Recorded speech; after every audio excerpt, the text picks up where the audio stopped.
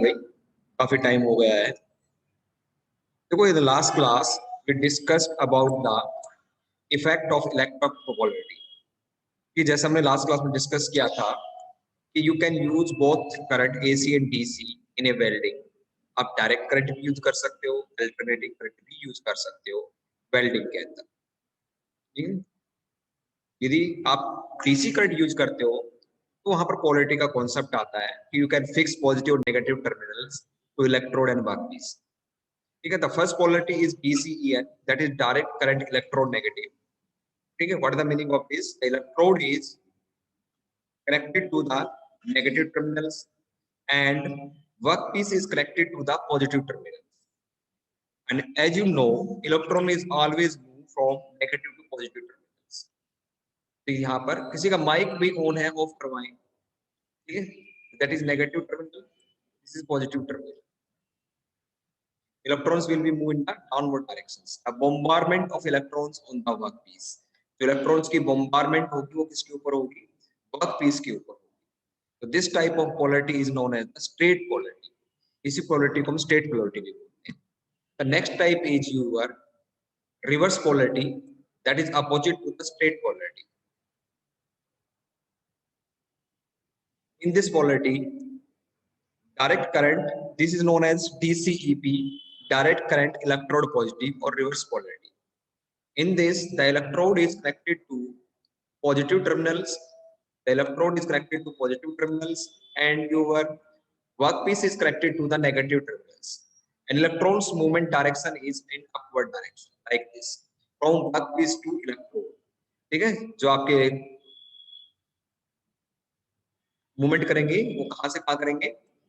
Workpiece से electrode की तरफ मूवमेंट करेंगे। This type of polarity is known as the reverse polarity. इस तरह की पोलैरिटी को reverse polarity. Now today we will start to discuss, ये सब कुछ हमने लास्ट लेक्चर में डिस्कस किया था कि what is the effect of this polarity, how कि we can take the advantage of this polarity. ठीक है, जो पोलैरिटी का है, पॉजिटिव नेगेटिव टर्मिनल्स है, उनसे क्या एडवांटेज ले सकते हैं।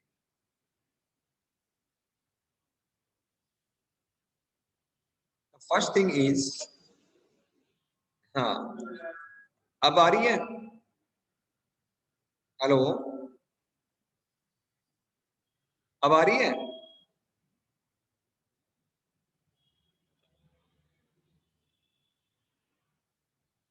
अब आ रही है क्या? हेलो, अभी ब्रेक हो गया? आ रही है? अच्छा, एक काम करो, 2 मिनट वेट करो। मैं एक बार देखता हूँ, नेट चल गया होगा तो भी मैं मोबाइल से ही कनेक्ट कर रखा है, तो उसके बाद लाइब्रेरी का जो नेट आएगा उससे कनेक्ट करेंगे। 1 मिनट होल्ड करो।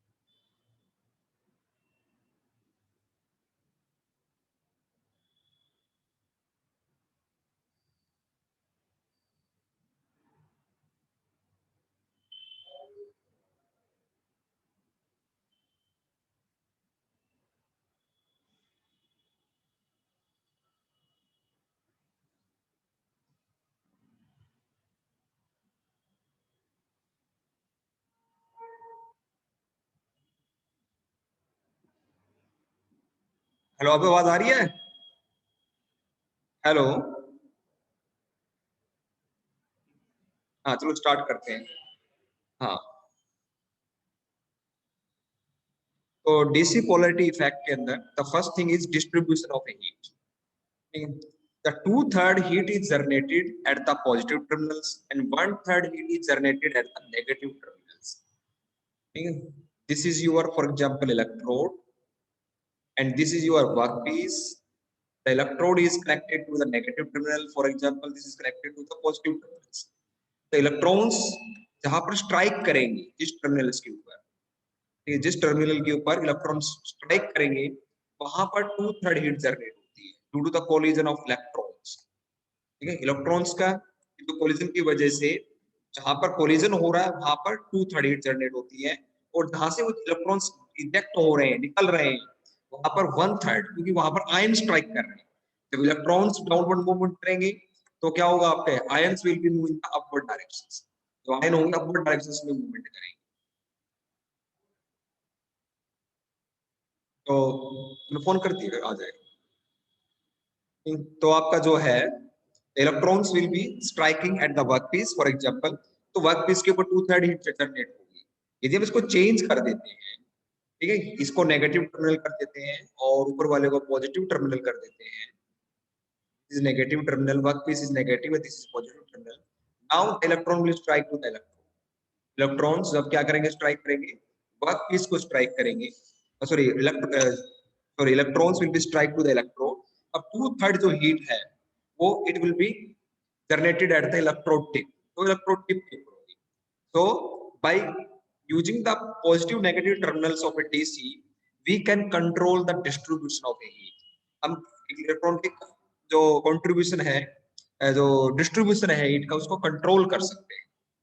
ECEN electrode negative use for a non consumable electrode.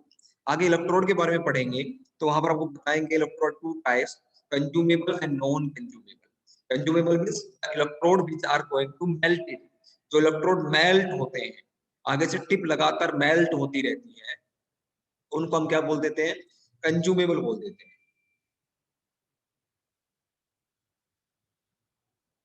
और जो इलेक्ट्रोड कंज्यूम मेल्ट नहीं होते ड्यूरिंग द वेल्डिंग, ठीक है, उनकी जो टोटल लेंथ है दैट इज कांस्टेंट, वो हमेशा कांस्टेंट बनी रहती है। मेल्ट होगा तो लेंथ लगातार इलेक्ट्रोड की क्या होती जाएगी, कम होती जाएगी, ठीक है, और जो मेल्ट नहीं होगा उसकी लेंथ क्या रहेगी, कांस्टेंट रहेगी, तो उनको नॉन कंज्यूमेबल बोलते हैं। तो डीसी ईएन कहाँ यूज करते हैं, इलेक्ट्रोड नेगेटिव वहां यूज करते हैं जहां पर हम इलेक्ट्रोड को मेल्ट नहीं करना है। our target is shift the maximum heat towards the workpiece, ठीक है, इस मैक्सिमम हीट है वो वर्कपीस की तरफ शिफ्ट की जाए, ठीक है, और इलेक्ट्रोड के ऊपर कम से कम रखी जाए, क्योंकि इलेक्ट्रोड को मेल्टिंग से बचाना है।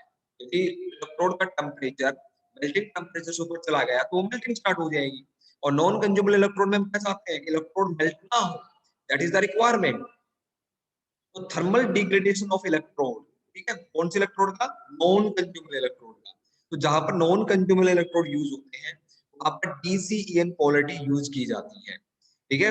मैक्सिमम हीट को किधर शिफ्ट कर देते हैं, वर्कपीस की तरफ शिफ्ट कर देते हैं 2/3, और 1/3 हीट इलेक्ट्रोड टिप पर रहती है, ठीक है। अब आता है डीसीईपी।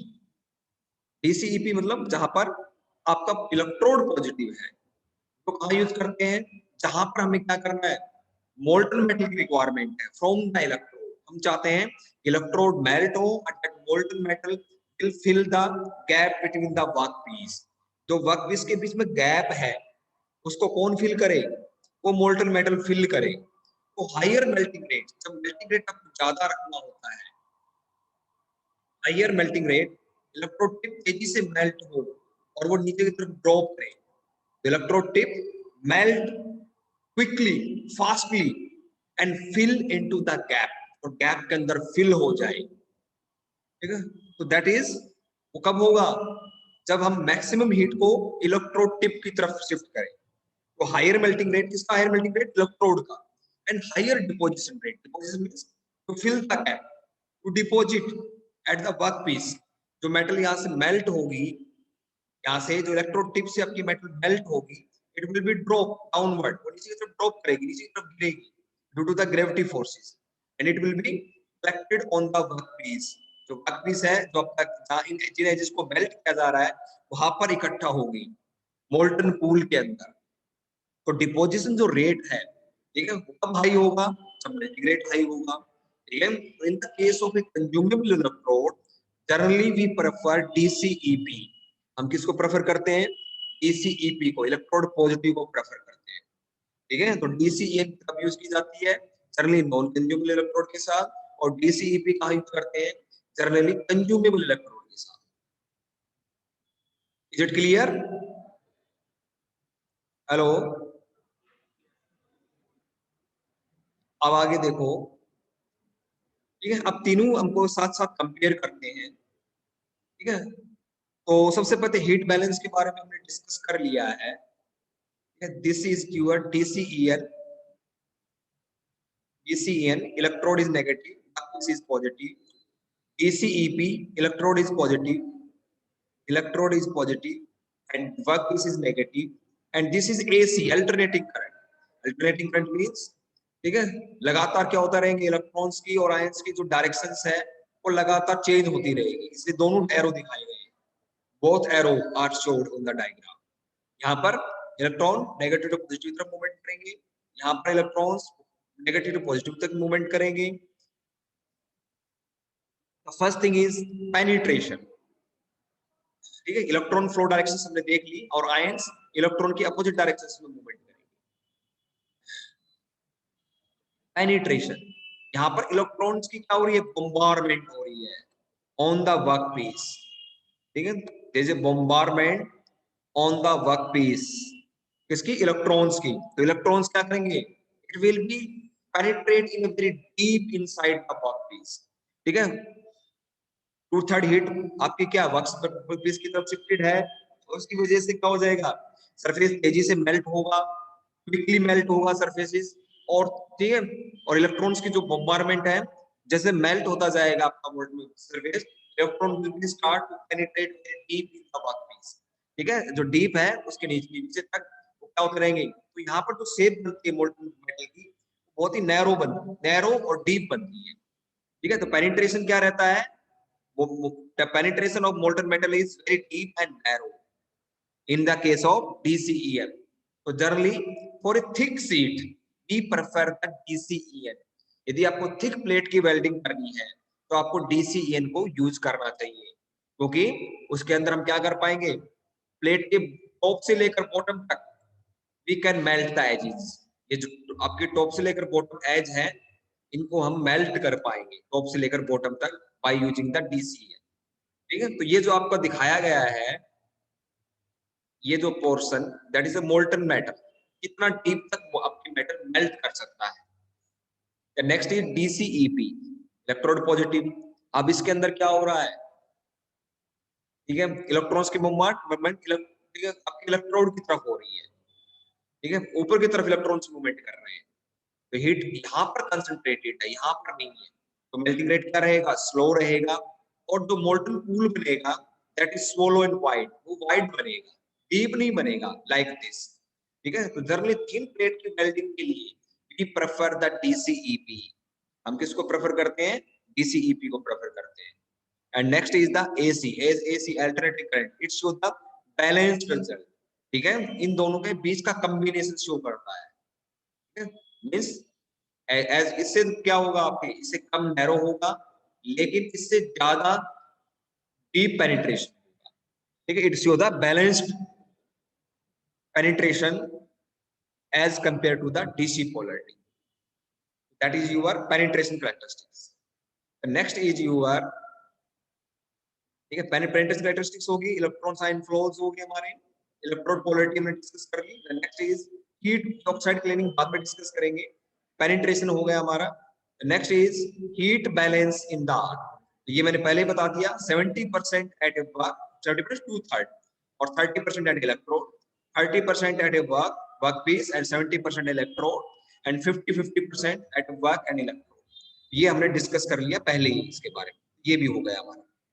अब आता है हमारा ऑक्साइड क्लीनिंग, ठीक है। ऑक्साइड क्लीनिंग का क्या मतलब है, फॉर एग्जाम्पल जो भी रिएक्टिव मटेरियल्स है like aluminium, magnesium, that is highly reactive to the oxygen, ठीक है, जैसे ये इन्वायरमेंट में एक्सपोज होती है, ठीक है, ऑक्साइड की जो एक आउटर जो आपकी एल्यूमिनियम की जो आउटर सरफेस लेयर है, aluminium outer surface layer, aluminium outer surface layer immediately react with the oxygen and make the aluminium oxide layer, ठीक है। जैसे ही आपका एल्यूमिनियम का आपने एल्यूमिनियम के सरफेस को क्लीन किया by the filing, at this time no oxide, लेकिन जैसे आप इसको इन्वायरमेंट छोड़ोगे, ठीक है, वो क्या कर लेगा, तुरंत इन्वायरमेंट से ऑक्सीजन से रिएक्ट करके एल्यूमिनियम ऑक्साइड की लेयर बन जाएगी सरफेस के ऊपर। और एल्यूमिनियम ऑक्साइड की वेल्डिंग करना बड़ा डिफिकल्ट है, ठीक है, that is brittle, hard and high melting temperature material, ठीक है। एल्यूमिनियम जो ऑक्साइड है उसका वेल्डिंग करना बड़ा डिफिकल्ट है। तो क्या किया जाता है कि इस the layer is very thin, तो ये लेयर है जो आपकी बहुत ही थिन होती है, इन माइक्रोमीटर के अंदर होती है। If we crack this layer and took the welding below this layer, कहने का मतलब क्या है कि यदि इस लेयर को क्रैक कर दिया जाए और वेल्डिंग जो है इस लेयर के नीचे की जाए, तो we can perform the welding of this reactive material very easily, ठीक है। एल्यूमिनियम, मैग्नीशियम, इस तरह के जो मटेरियल्स हैं जो हाईली रिएक्टिव हैं ऑक्सीजन के साथ, उनकी वेल्डिंग करने के लिए हमें, ठीक है, क्या करते हैं, वी यूज द DCEP, हम DCEP ग्रेड यूज करते हैं। होता क्या है, दिस इज इलेक्ट्रोड, ये आपका इलेक्ट्रोड है, this is workpiece that is connected to the negative positive terminal and this is connected to the negative terminal. So electrons will be start to moving in upward directions. Electrons क्या करेंगे, upward directions में movement करना शुरू करेंगे from workpiece to A. When this electrons ejected from the surface, जब electron यहां से eject होगा, when the electrons are ejected, तो it will be crack, it will fracture the oxide layer, इस ऑक्साइड लेयर को क्या कर देगा, क्रैक कर देगा, ठीक है। When the electrons ejected from the surface, it will break the oxide layer, oxide layer को ब्रेक कर देगा, because oxide layer is highly brittle and, वो ब्रिटल है एंड हार्ड है, ठीक है। And the arc will be strike below the oxide layer, और जो आपकी आर्क है वो कहां स्ट्राइक करेगी, इस ऑक्साइड लेयर के नीचे स्ट्राइक करेगी। तो जो ऑक्साइड लेयर के नीचे आपका मटेरियल है that is going to melted, वो क्या हो जाएगा, मेल्ट हो जाएगा, and that process is known as the oxide cleaning action. इसी प्रोसेस को हम क्या बोलते हैं, ऑक्साइड क्लीनिंग एक्शन बोलते हैं, ठीक है। तो ये कब होता है, जब आपका इलेक्ट्रोड पॉजिटिव टर्मिनल से जुड़ा हुआ हो, तब होता है ये, ठीक है, जब आपका इलेक्ट्रोड पॉजिटिव टर्मिनल से जुड़ा हुआ हो। तो इन दिस केस DCEP के अंदर, ठीक है, we will find the oxide cleaning action. लेकिन जो आपका ये जो केस है, इसके अंदर इलेक्ट्रॉन्स की बम्बारमेंट डाउनवर्ड हो रही है, तो इस पर हैमरिंग एक्शन हो रहा है, ऑक्साइड लेयर के ऊपर क्या हो रहा है, हैमरिंग एक्शन। तो उसके अंदर ये प्रॉपर्ली फ्रैक्चर नहीं होती, और आर्क है वो ऑक्साइड लेयर के नीचे स्ट्राइक नहीं कर पाती। तो DCEN से एल्यूमिनियम की, मैग्नीशियम की जो हाईली रिएक्टिव मटेरियल्स हैं उनकी वेल्डिंग करने में डिफिकल्टी आती है, ठीक है। तो दैट इज द, तो यहाँ पर ऑक्साइड क्लीनिंग एक्शन नो है, और यहाँ पर क्या है, यस है। और इसके अंदर क्या होगा, इसमें तो साइकिल है लाइक दिस, ठीक है। तो हाफ तो आपका क्या रहेगा, DCEP रहेगा, और हाफ क्या रहेगा, DCEN रहेगा। तो एक साइकिल के अंदर, हाफ साइकिल के अंदर क्लीनिंग होती है, और हाफ साइकिल में कोई क्लीनिंग नहीं होती, that is known as the oxide cleaning action. Is it clear, hello, okay. The next is your electrode capacity, ठीक है। Electrode capacity means how the electrode can handle the current quantity, जो आपका current flow हो रहा है, जो electrons की movement हो रही है, उसको कितना इजीली हैंडल कर सकता है, that is known as electrode capacity. अब देखो सबसे पहले DCEN, ठीक है, DCEN ये आपका electrode negative, and this is A positive, is a workpiece, is a positive. So electrons are moving in a downward direction. तो electrons हैं वो downward directions में मूवमेंट कर रहे हैं, they are flow through the air, ठीक है। Electrode के और वर्कपीस के बीच में गैप है, और वो कहां से मूवमेंट करते हुए आगे बढ़ रहे हैं, एयर के अंदर। तो they are segregated into the air, ठीक है। जिस तरह से आपकी मेटल के अंदर, मेटल की जो थिकनेस है उसी के अंदर आपके इलेक्ट्रॉन्स मूवमेंट करेंगे, लेकिन एयर में आने के बाद जो एयर आयनाइज्ड हो चुकी है, दे विल बी सेग्रीगेटेड, और वो क्या करते हैं, फैल जाते हैं, इलेक्ट्रॉन्स विल बी सेग्रीगेटेड। लेकिन नीचे work piece is wide, work piece क्या है, नीचे से काफी वाइड है, तो it will easily capture all the electrons. ठीक है, जो इलेक्ट्रॉन जो वर्क पीस है दैट इज वाइड, तो so it can easily gathered all the electrons, easily observe all the electrons. ठीक है, तो यहाँ पर जो इलेक्ट्रॉन कैपेसिटी है, आपकी electron capacity that is excellent. ठीक है, आप थिन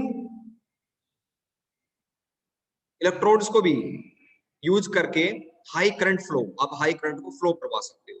देखो लिखा हुआ 3.2 mm, ठीक है, that is thickness of A electrode, और 400 एम्पियर करंट तक को भी हम इसके अंदर फ्लो करवा सकते हैं।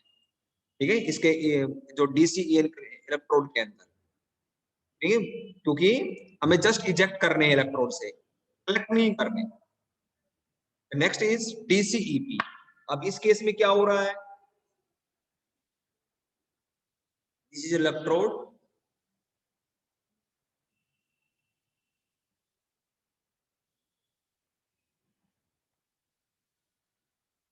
The next case this is electrode, ये आपका इलेक्ट्रोड है, this is a work piece,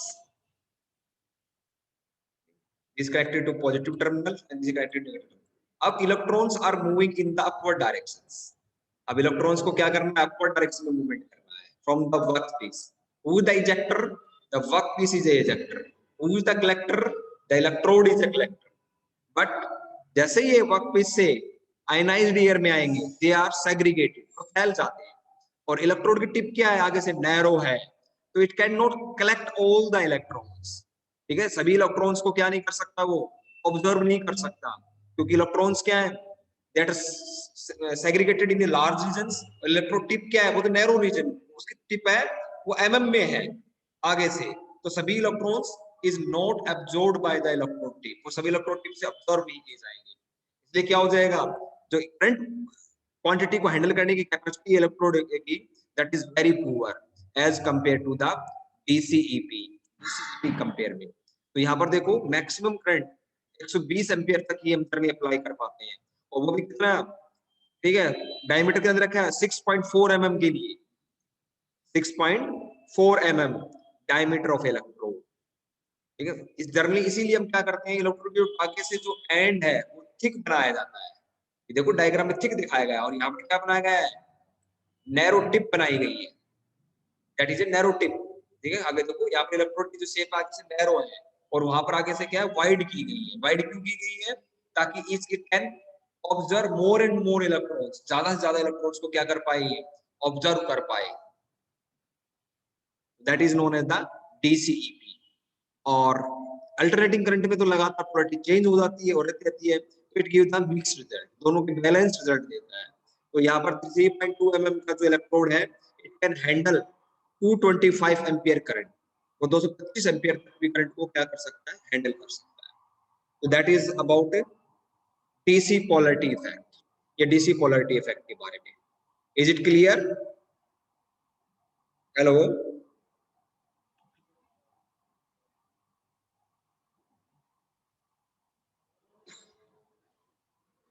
the next is electrode arc. Electrode are used for providing heat input in arc welding. ये हम पहले डिस्कस कर चुके हैं कि जो हीट किसके बीच में जनरेट करते हैं, मेटल की रोड होती है जिसको इलेक्ट्रोड बोलते हैं, that is a metal rod, एक मेटल की रोड है, and the second is a work piece, and that is connected to the power supply, इसको पावर सप्लाई से कनेक्ट किया वो दोनों को, and arc is generated between electrode tip and work piece. ठीक है, तो electrode are use as a heat input, electrode को हम क्या करते हैं, हीट इनपुट से यूज करते हैं। We classify the electron two parts, consumable electrode and non consumable. Hello, क्या हुआ? ठीक है, we classify the electrode in two parts, consumable and non consumable electrode.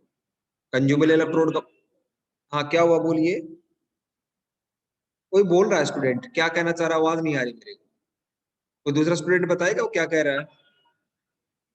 अच्छा अच्छा, अब ठीक है, अब ठीक है क्या?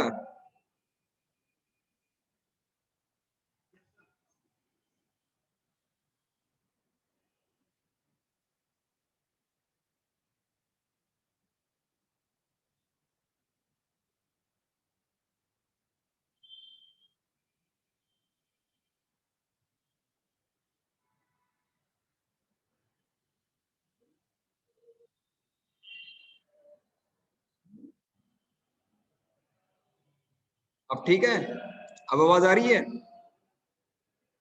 हेलो। हाँ ठीक है, तो आगे स्टार्ट करते हैं।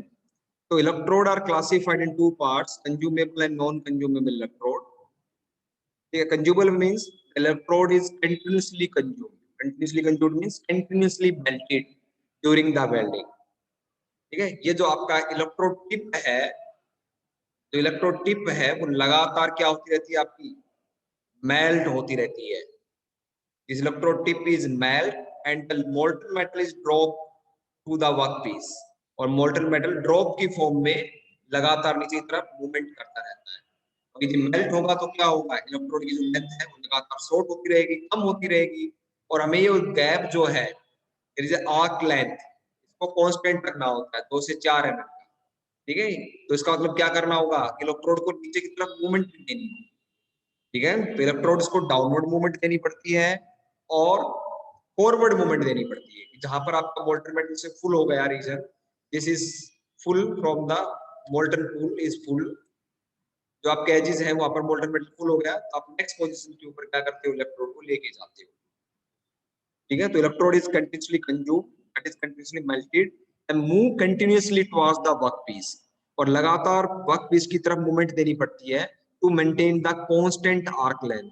ये जो इलेक्ट्रोड टिप है, इलेक्ट्रोड टिप है और आपका जो वर्कपीस है, इन दोनों के बीच में गैप क्या रहना चाहिए, कांस्टेंट रहना चाहिए। दिस इलेक्ट्रोड इज, जो कंज्यूमेबल इलेक्ट्रोड है, it is also act as a filler metal. Filler metal का मतलब क्या है, the metal which are used to fill the gap between the workpiece. दो एजेस के बीच में जो गैप है उसको फिल करने के लिए हम मोल्टन मेटल बाहर से एक्स्ट्रा डालते हैं, तो उसको फिलर मेटल बोलते हैं।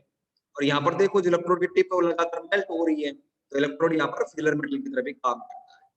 तो जो आपके इलेक्ट्रोड्स हैं, ठीक है, कुछ इस तरह दिख रहे हैं, इस टाइप के होते हैं। ठीक है, जब आप वर्कशॉप में आओगे वेल्डिंग करोगे तो आप देख पाओगे। Next is,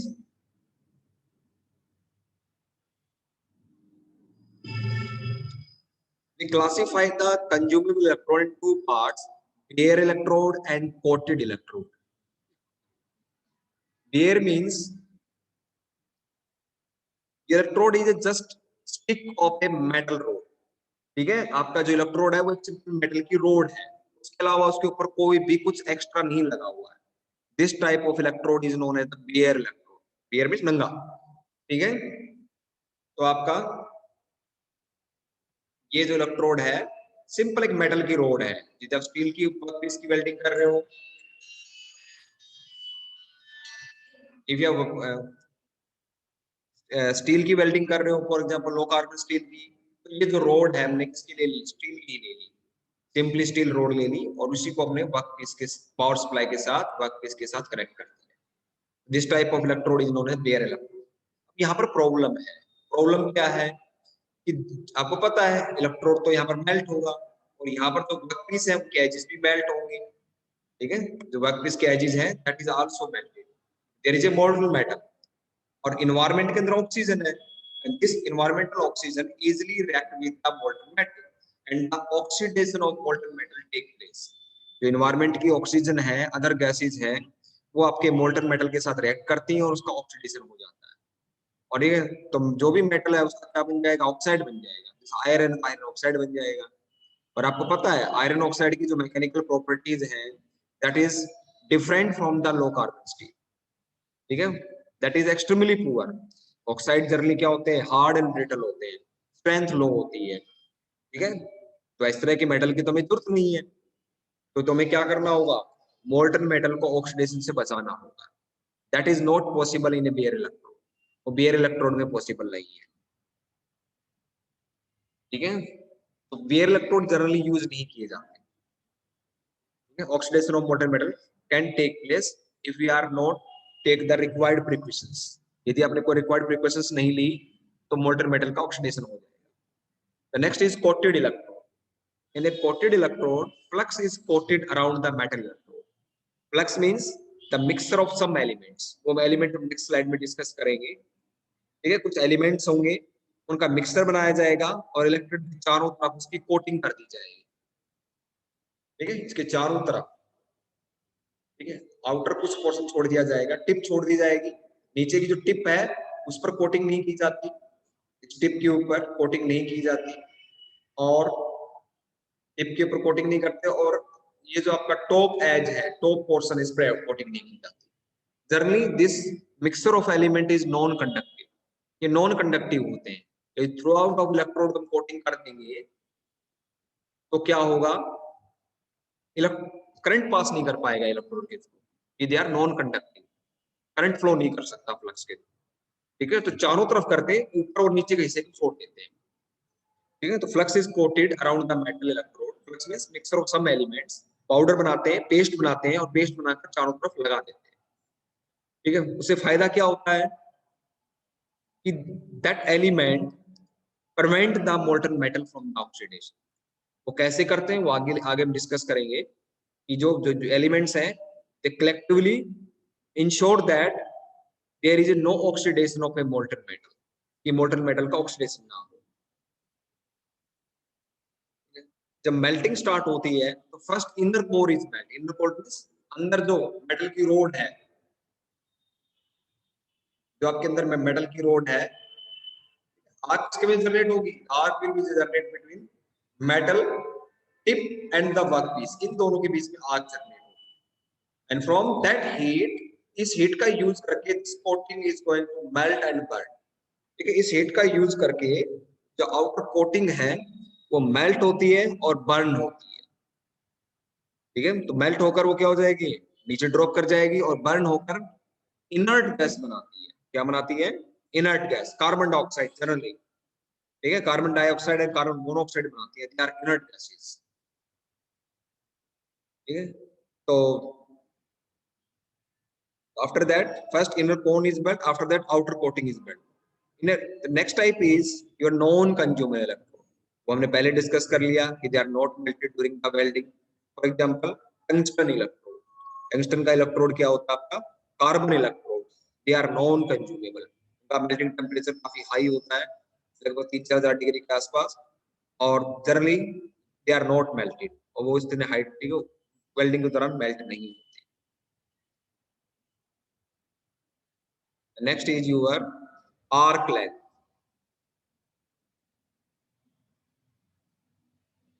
Arc length means the gap between from electrode tip, ये आपका इलेक्ट्रोड है, ये आपका वर्क पीस है, और इन दोनों के बीच में जो गैप है from arc tip to crater, crater जब एक स्ट्राइक करेगी इसके ऊपर तो एक यहाँ पर डीप पेनिट्रेशन बन जाएगी। ठीक है, तो जितना डीप जाते जाएंगे उतनी आर्क लेंथ बढ़ती जाएगी। ठीक है, तो जो आपका जो डीप पेनिट्रेशन हुआ है उस उसकी जो बॉटम है, उस बॉटम से लेकर इलेक्ट्रोड की जो टिप है वहां तक जो लेंथ है, that length is known as arc length. Distance from the tip of electrode the bottom of arc crater is known as arc length. Arc length depend upon the voltage. ठीक है, कितना voltage apply किया उस पर depend करेगा, क्योंकि जो gap है एयर का वो आयनाइज करना पड़ेगा, तभी आपके इलेक्ट्रॉन्स मूवमेंट करेंगे। यदि आपका थिक एयर गैप है इलेक्ट्रोड टिप और वर्कपीस के बीच में, तो आपको फिर ज्यादा वोल्टेज अप्लाई करना पड़ेगा एयर को आयनाइज करने के लिए। ठीक है, तो 2 mm की एयर है तो you can apply the low voltage, 4 mm की आपका गैप है तो you will apply the some higher voltage, तो कुछ आपको ज्यादा वोल्टेज अप्लाई करना, that is the arc length. Next is